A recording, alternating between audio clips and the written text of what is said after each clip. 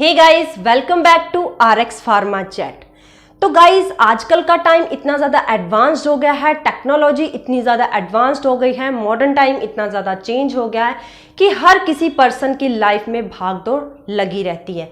तो इस भाग दौड़ के साथ हर लेडी, हर जेंट्स जो है आजकल के टाइम में मोस्टली लेडीज एंड जेंट्स जो हैं वो बिजी रहने लग गए हैं। उनकी लाइफ में स्ट्रगल इतना ज़्यादा बढ़ गया है कि सुबह से लेके शाम तक हर कोई जॉब करता है, हर कोई ना कोई बिजनेस में लगा हुआ है। लेकिन इस भागदौड़ के साथ पर्सन जो है वो अपने बॉडी का ध्यान नहीं रख पाते हैं, या ऐसा कह सकते हैं कि उनको इतना टाइम नहीं मिल पाता है अपनी लाइफ के साथ कि वो अपनी बॉडी का ध्यान रख सकें। तो कहीं ना कोई प्रॉब्लम हर किसी पर्सन के बॉडी में चलती ही रहती है। फॉर एग्जांपल, जैसे कईयों में हेडेक की प्रॉब्लम, माइग्रेन की प्रॉब्लम या सर्वाइकल की प्रॉब्लम, गाउट की प्रॉब्लम देखने को मिलती है, हार्ट डिजीज देखने को मिलती है, किडनी की प्रॉब्लम देखने को मिलती है, या फिर कई तरह की हाइपोटेंशन या हाइपरटेंशन कईयों को दिक्कत होने लग जाती है। तो गाइज, बहुत सारी ऐसे तरह की प्रॉब्लम्स बॉडीज में डिटेक्ट हो गई हैं कि पर्सन में चलती ही रहती हैं ये बीमारियां। तो इन्हीं दर्दों में से आज एक दर्द के बारे में हम आज इंफॉर्मेशन गेन करेंगे। तो कौन सा दर्द है? वो पैरों का दर्द, पैरों के तलवों में होने वाला दर्द। गाइज, कॉमन दर्द है आजकल की भागदौड़ की लाइफ में। पैरों का दर्द, जो आप जानते हैं कि पैर हमारी बॉडी का एक वो हिस्सा है जो हमारी पूरी बॉडी को होल्ड करके रखता है। भागदौड़ करने में, इधर से इधर जाने में, एक प्लेस से दूसरे प्लेस जाने में हमारे पैर जो हैं वो हेल्प करते हैं। तो पैरों के तलवों में होने वाले दर्द के बारे में ही आज हम डिस्कशन करने वाले हैं कि पैरों के तलवों में जो दर्द होता है वो कितनी तरह का होता है। पैरों के तलवों में, पंजों में अलग दर्द होता है या एड़ियों में दर्द होता है, तो कितनी तरह का दर्द ये होता है, किस किस दर्द को हम क्या क्या नाम देते हैं और अलग अलग उनको डिस्क्राइब करेंगे, उनके बारे में जानेंगे क्या क्या उनके रिस्क फैक्टर्स, कॉजेज या फिर सिम्टम्स हो सकते हैं, और इनको कैसे हम थोड़ा सा टाइम हम अपनी बॉडी को देके, थोड़ी सी स्ट्रेचिंग एक्सरसाइज करके या कुछ घरेलू उपचार करके हम इन पैरों के तलवों के पेन से बिल्कुल रिलीफ पा सकते हैं। तो चलिए गाइस, हम आज की वीडियो को स्टार्ट करते हैं। तो मेरी वीडियो को आप स्टार्टिंग से लेके एंड तक ज़रूर देखना, क्योंकि जो भी मैंने इसमें आपको होम रेमेडीज़ बताई है या स्ट्रेचिंग एक्सरसाइज बताई है, जो और भी कोई एक्यूप्रेशर पॉइंट बताए हैं, थेरेपीज़ बताई है, वो लाइव बताई है गाइस, ताकि अगर फ्यूचर में भी आपको कोई प्रॉब्लम हो, पैरों के तलवों में दर्द हो, तो आप इन उपायों को देख के, इन रेमेडीज़ को देख के बिल्कुल रिलीफ पा सकें। तो चलिए गाइस, आज की वीडियो को स्टार्ट करते हैं। तो गाइस, सबसे पहले हम मेन कारण देखते हैं कि मेन कौन से ऐसे कारण हो सकते हैं जिससे पैरों के तलवों में हमें दर्द रह सकता है। सबसे पहला है यहाँ यूरिक एसिड लेवल इंक्रीज होना। अगर यूरिक एसिड लेवल हमारी ब्लड के अंदर इंक्रीज हो जाता है तो उस कंडीशन को गाउट कहते हैं, गठिया कहते हैं, जिसमें हमारे पैरों के तलवों में, पैरों के सोल में हमें वहां पे दर्द रहना शुरू हो जाता है। और सेकंड कंडीशन है डायबिटीज की कंडीशन। गाइज, आपने देखा हो कि डायबिटीज मतलब कि शुगर की प्रॉब्लम जिन पर्सन्स को रहती है, जो डायबिटिक पेशेंट्स होते हैं, उनके पैरों में अक्सर दर्द होने लग जाता है, स्पेशली पैरों के तलवों में उनको दर्द रहता है। थर्ड वन है हमारे पास यहाँ पे, अगर कैल्शियम की या विटामिन B12 की यहाँ पे कमी रहती है, डेफिशिएंसी रहती है किसी की बॉडी में, तो भी पैरों के तलवों में यहाँ पे दर्द रहना शुरू हो जाता है। और चौथा कंडीशन हम देखते हैं यहाँ पे गाइस, फोर्थ कंडीशन हम देखते हैं कि अगर किसी को फ्रैक्चर वगैरह हो गया है खेलते टाइम, या वैसे कोई अचानक एक्सीडेंट वगैरह हो गया है, चोट लग गई है बहुत ज़ोर से हमारे पैरों में, तो अचानक से वो दर्द स्टार्ट होने लग जाता है। तो ये कुछ कारण हैं जिनकी वजह से हमारे पैरों के तलवों में दर्द रहना शुरू हो जाता है। लेकिन इन चार कारणों के बजाय, अगर ये चार कारण हमारी बॉडी में नहीं है, यूरिक एसिड लेवल हमारी बॉडी का नॉर्मल है, डायबिटिक पेशेंट वो नहीं है, कैल्शियम और विटामिन B12 का लेवल भी ठीक है, और कोई फ्रैक्चर भी नहीं हुआ है, तो इन कारणों के अलावा हमारे पैरों में दर्द क्यों होता है, हमारे पैरों में दर्द किस लिए होने लग जाता है, तो चलिए गाइज हम देखते हैं। तो ये एक स्ट्रक्चर मैंने आपको पैर का दिखा रखा है, साइड का ले रखा है मैंने यहाँ पे पोर्शन। तो यहाँ पे क्या है गाइस, देखिए ये हमारी एड़ी है और ये हमारा एंकल पॉइंट है। तो यहाँ पे एड़ी में क्या होता है गाइस, यहाँ पे ये हमारी बोन्स हैं, तो बोन्स में ये जो हिस्सा है हमारा ये मेटाटार्सल है। तो मेटाटार्सल जब इस हिस्से में दर्द होने लग जाती है, हमारे पैरों में, पंजे में दर्द, ये वाला हिस्सा होता है, देखिए जो हमारे फुट टोज होते हैं, फुट टोज के बिल्कुल नीचे की साइड में यहाँ पे, उसके साथ ही यहाँ पे दर्द होने लग जाती है, इस हिस्से में यहाँ पे दर्द रहना शुरू हो जाती है। तो इस हिस्से को हम क्या कहते हैं, मेटाटार्सल कहते हैं। और जब इसमें प्रॉब्लम रहनी शुरू हो जाती है, पेन रहनी शुरू हो जाती है, इन्फ्लामेशन या फिर इन्फ्लेम्ड रहना ये शुरू हो जाता है, तो इसको मेटाटार्सल्जिया कहते हैं। तो मेटाटार्सिया को हम डिस्कशन करेंगे लेटर। उसके बाद है यहाँ पे बनियंस। जब हमारे यहाँ मेटाटार्सल्स के पास कुछ छोटे छोटे यहाँ पे होल से बन जाते हैं, थोड़ा मोटी सी जगह वहाँ पे हो जाते हैं, जैसे लेजिन से होते हैं, लेकिन ये लेजिन टाइप नहीं होते हैं, थोड़े लेजिन से होने लग जाते हैं हमारे पैरों के ऊपर इस तरीके से। तो वो क्या होते हैं, उन्हें बनियंस कहते हैं, जो कि वाटर के बनियंस भी हो सकते हैं या फिर मसल्स के बनियंस भी हो सकते हैं। जैसे मांस हमारा एक्स्ट्रा बढ़ गया है तो इस तरीके के ये दिखते हैं, तो इनको बनियंस कहते हैं।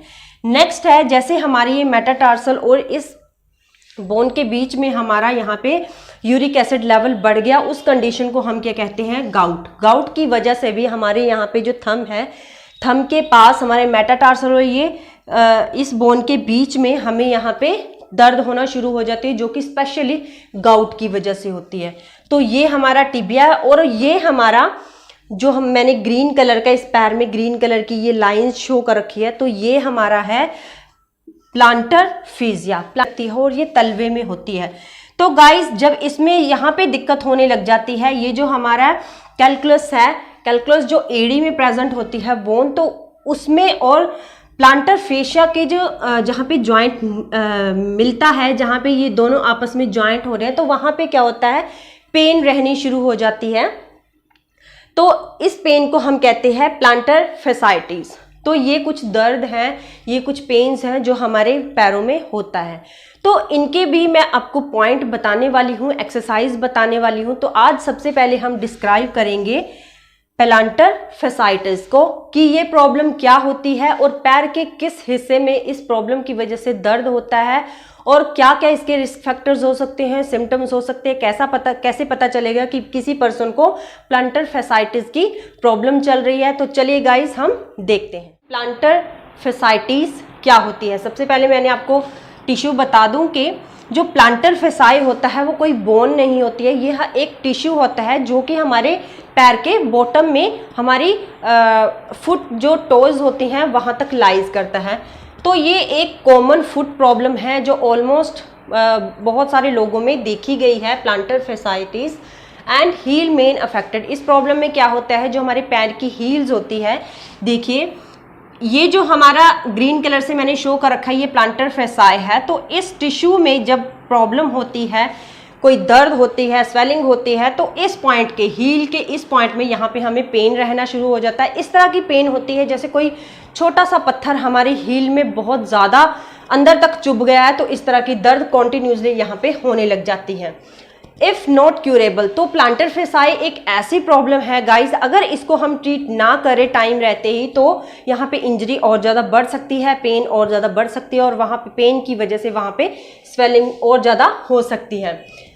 तो सबसे पहले हम देखते हैं planter facie is a tissue. जैसे मैंने आपको बताया कि ये कोई बोन नहीं है, ये एक टिश्यू है which lies bottom to the foot bone, जो कि हमारे पैरों की जो फुट बोन होती है उसके नीचे लाई करती है।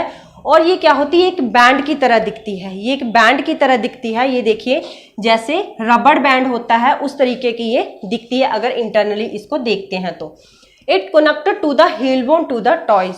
तो ये क्या करती है, हील की बोन को हमारे टोज, हमारे फुट की टोज के साथ ये ज्वाइंट करती है। हमारी जो हील्स की बोन होती है, हमारी एड़ी की जो हड्डी है, एड़ी की हड्डी को ये हमारे यहाँ पे जो पैरों की उंगलियां होती हैं उनकी हड्डी के साथ ये अटैच करती है, मतलब इन दोनों को ये अटैच करती है। तो ये बोन्स को आपस में अटैच करती हैं, कनेक्ट करती हैं।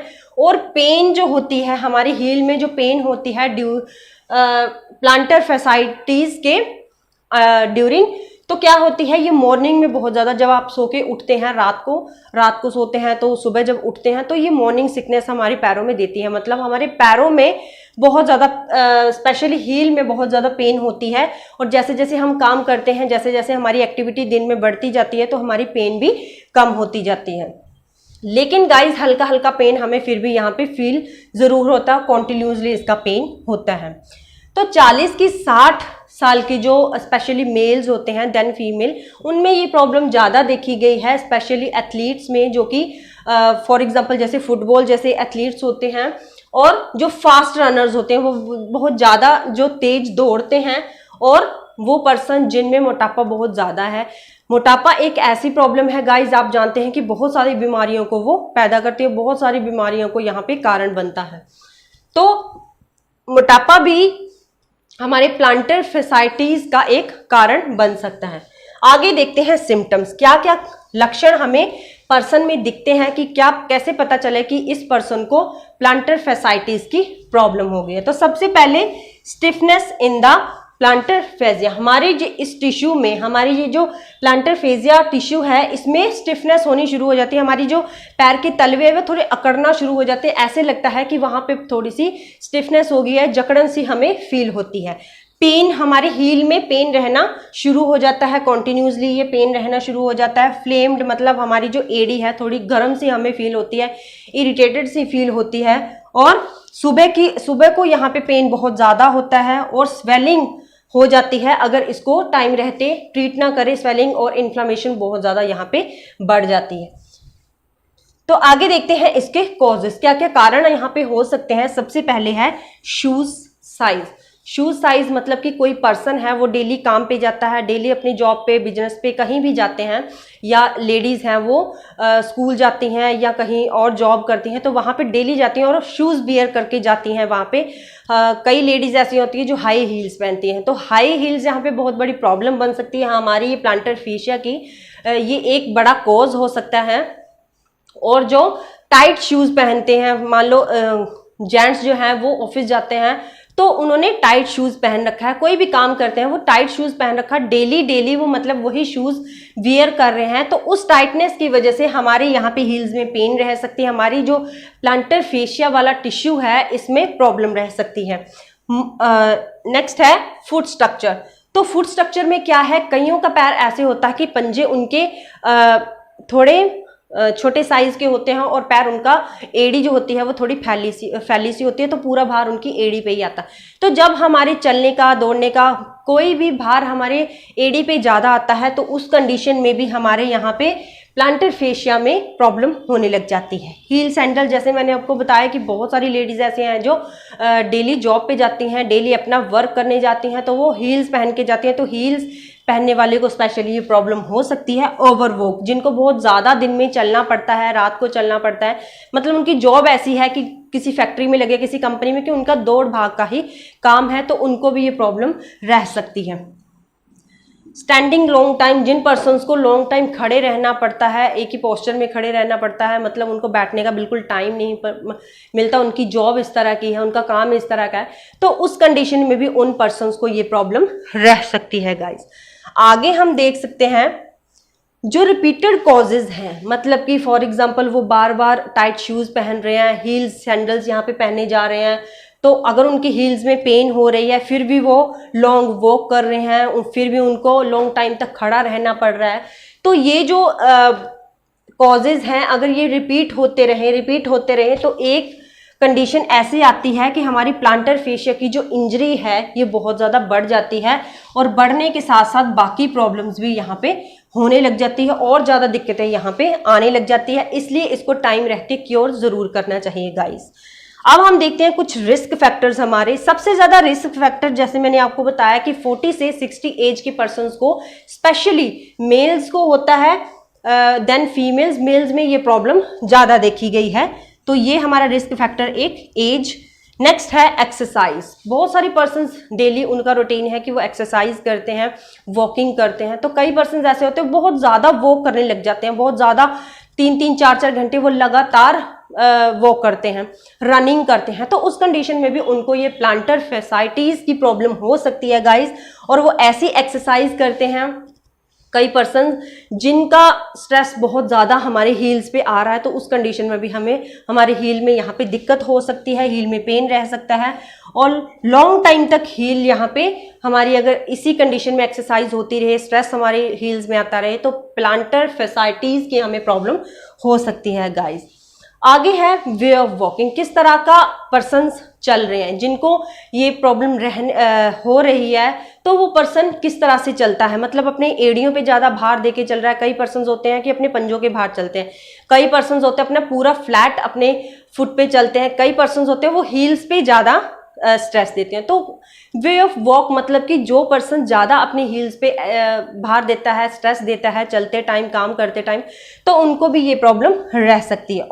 ओबेसिटी जैसे मोटापा मैंने आपको बताया कि बहुत सारी बीमारियों का कारण ये यहाँ पे है, तो प्लांटर फेसाई का एक कारण, एक रिस्क यहाँ पे हमारे पास ओबेसिटी भी है और ओबेसिटी को हमें कम करना चाहिए। बहुत सारी बीमारियां ऑटोमेटिकली हमारे शरीर से गायब हो जाएंगी गाइस। नेक्स्ट है वर्क टाइप। वर्क टाइप में बहुत सारे लोग ऐसे हैं कि वर्क उनका ऐसा है, जैसे मैंने आपको बताया कि कोई फैक्ट्री में काम कर रहा है या किसी का काम ऐसा है कि उनको पूरा दिन भाग दौड़ करनी पड़ रही है, एक प्लेस से दूसरे प्लेस तक जाना पड़ रहा है, पैरों के बल, मतलब कि उनको कोई गाड़ी यूज नहीं कर रहे हैं, कोई बाइक यूज नहीं कर रहे हैं, तो पैरों के सहारे उनको जाना पड़ रहा है, पैदल वॉकिंग करनी पड़ रही है उनको। तो उस कंडीशन में भी वहां पे प्लांटर फेसाइज में प्रॉब्लम हो सकती है हमारी, और प्लांटर फेसाइटीज की वहां पे दिक्कत रह सकती है। तो अब हम बात करते हैं गाइस कॉम्प्लिकेशंस की। कॉम्प्लिकेशंस मतलब कि क्या क्या प्रॉब्लम हो सकती है, क्या क्या डार्क कॉम्प्लिकेशंस यहाँ पे आ सकते हैं हमारे हील्स में। क्रोनिक हील पेन यहाँ पे अराइज हो सकता है, और हमारे जो प्लांटर फेशिया है, हमारे प्लांटर फेशिया जो हमारा टिश्यू मैंने आपको शो किया है, तो उसमें डिफेक्ट हो सकता है, वो इंजर्ड हो सकती है रिलेटेड टू बोन। मतलब कि हमारे प्लांटर फेशिया जो है वो हमारी एडी की बोन को और हमारी जो पैर की जो टोज हैं, मतलब कि हमारी जो पैर की फिंगर्स होती हैं, उंगलियां होती हैं, उनको ये ज्वाइंट करता है उन बोन्स को, तो वहाँ पे भी डिफेक्ट आ सकता है। Then it change way of walk, ये क्या कर सकता है, हमारे चलने की तरीके को बदल सकता है। हम किस तरीके से सीधे तरीके से चलते हैं तो हमारी चलने का स्टाइल चेंज हो सकता है, हमारे हो सकता है कि हमारे चलते चलते हमारी लेग में दिक्कत होने लग जाती है कई बार। तो अब हम बात करते हैं गाइस कॉम्प्लिकेशंस के बारे में। जब हमारी हील की पेन को हम इग्नोर कर देते हैं, इस पेन को रेगुलर सेम कॉजेज जो रिपीट हो रहे हैं, तो यहाँ पे कुछ कॉम्प्लिकेशंस हमारे हील में आ सकती हैं। जैसे क्रोनिक हील पेन हमें रह सकता है जो बहुत लॉन्ग टाइम तक रिलीफ नहीं हो सकता, और डिफेक्ट आ सकता है हमारे प्लांटर फेशिया टिश्यू में, और उसकी जो रिलेटेड बोन्स हैं, मतलब कि एडी की बोन है या हमारी फुट टोज हैं, तो उसमें भी डिफेक्ट आ सकता है, और हमारे चलने के स्टाइल चेंज हो सकता है। जहाँ पे कोई पर्सन जैसे नॉर्मल अपना चलता है तो उसकी वो चलने की जो स्टाइल है वो चेंज हो सकता है, दर्द की वजह से वो वहाँ पे हकला के चल सकता है वहाँ पे, और वहाँ पे हमारी टिबिया में इंजरी हो सकती है। टिबिया से जब हमारे जो यहाँ पे फेशिया, जैसे मैंने आपको फिगर से बताती हूँ गाइस, देखिए जैसे ये हमारा प्लांटर फेशिया है, तो जैसे गाइस हमारे हील्स की जो बोन है, तो ये हमारे टो फिंगर्स को, यहाँ पे टो की को कनेक्ट करता है, इस बोन्स को, हमारी हील की बोन को यहाँ पे कनेक्ट करता है। इसमें दिक्कत रहने लगी, अगर हमारी एडी की दिक्कत में बोन में दिक्कत रहने लगी, तो साथ में ये इस बोन को दिक्कत करेगा, जिससे हमारी यहाँ पे टिबिया की बोन भी डिफेक्ट होएगी और साथ में लेग की बोन डिफेक्ट होएगी। उससे बाद हमारी नीज में प्रॉब्लम होने लगेगी, हमारी हिप में प्रॉब्लम होने लगी, और हमारी बैक में।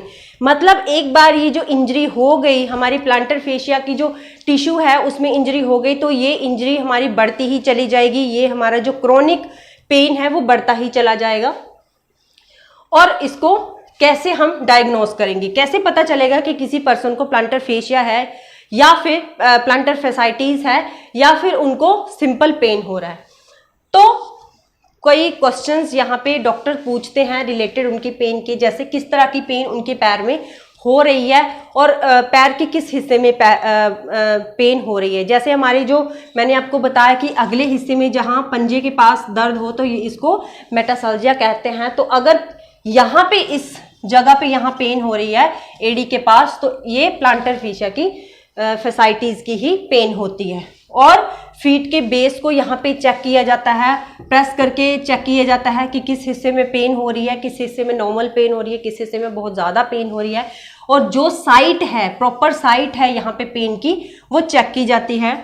और यहाँ पे टच चेक किया जाता है कि जैसे हम हील को टच करते हैं तो एकदम से यहाँ पे पेन होता है या उनको सिर्फ बहुत जोर से दबाने पे ही पेन होता है। जैसे गाइस बहुत जोर से जैसे हम बॉडी के किसी भी हिस्से को दबाते हैं, बहुत ज़्यादा जोर से दबाते हैं, तो वहाँ पे पेन होने लग जाती है ऑटोमेटिकली, क्योंकि वो हमारे अंदर की जो लिगामेंट्स है उसको हम टच करते हैं, उसको हम दबाते हैं। लेकिन प्लांटर फेशिया में जब सेंस ऑफ टच यहाँ पे किया जाता है तो वहां पे क्या होता है, थोड़ी सी दबाने पे ही यहाँ पे पेन फील होने लग जाता है।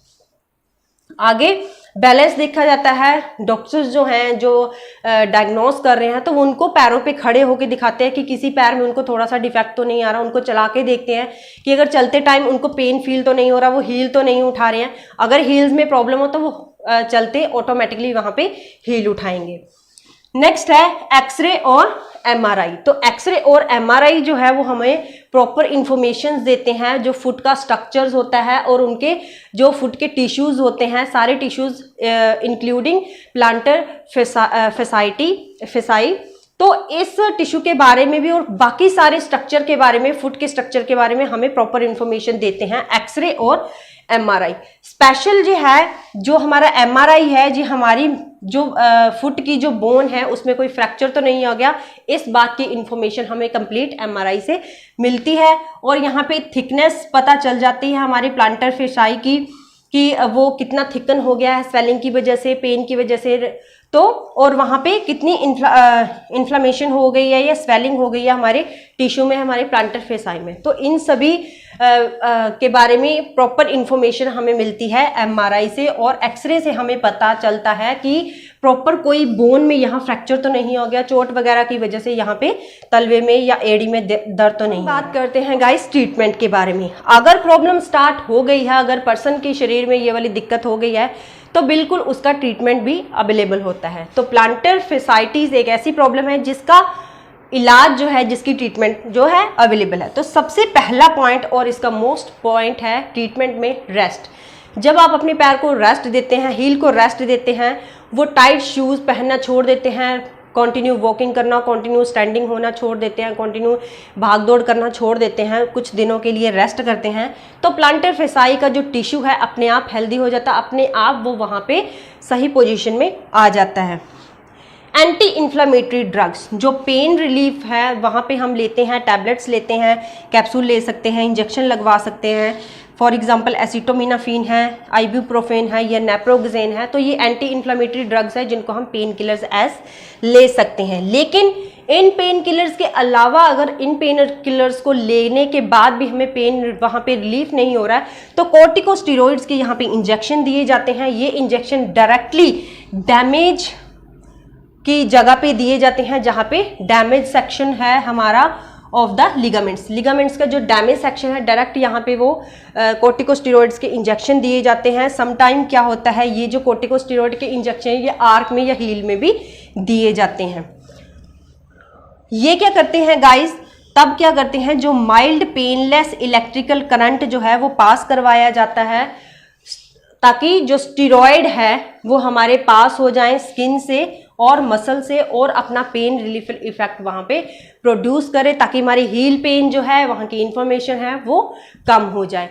तो गाइज ये कुछ कंप्लीट इंफॉर्मेशन थी प्लांटर फेसाइटीज़ के बारे में। अब मैं ये वीडियो का फर्स्ट पार्ट था और सेकंड पार्ट में मैं आपको इसकी कुछ स्ट्रेचिंग एक्सरसाइज बताऊंगी, कुछ ही मिनटों की बताऊंगी, जो आपके लिए बहुत रिलीफफुल होगा। और कुछ आपको न्यूट्रिशंस और सप्लीमेंट्स के बारे में बताऊंगी, जो हमारी हील्स पेन के बारे में, मतलब कि प्लांटर फेसाइटीज़ की पेन में बहुत ज़्यादा इंपॉर्टेंट होते हैं। कुछ आपको यहाँ पे ऑयल बताऊंगी मसाज करने के लिए, जो हील पेन में इन प्लांटर फेसाइटीज़ में बहुत ज़्यादा हेल्पफुल होते हैं। और कुछ आपको यहाँ पे फिजियोथेरेपी के बारे में बताऊंगी, कुछ पॉइंट्स बताऊंगी जिनको एक्यूप्रेशर पॉइंट बताऊंगी जिनको आप प्रेस करके प्लांटर फैसाइटिस की प्रॉब्लम से बिल्कुल रिलीफ पा सकते हैं। आज की वीडियो मेरी आपको कैसी लगी मुझे ज़रूर बताना, और मुझे अगर आपके पैर के तलवे में और कहीं पे पंजों में या कहीं और दर्द हो रहा है तो प्लीज़ मुझे कमेंट बॉक्स में आप एक कमेंट जरूर ड्रॉप कीजिए ताकि मैं उसका सॉल्यूशन भी आपको दे सकूं।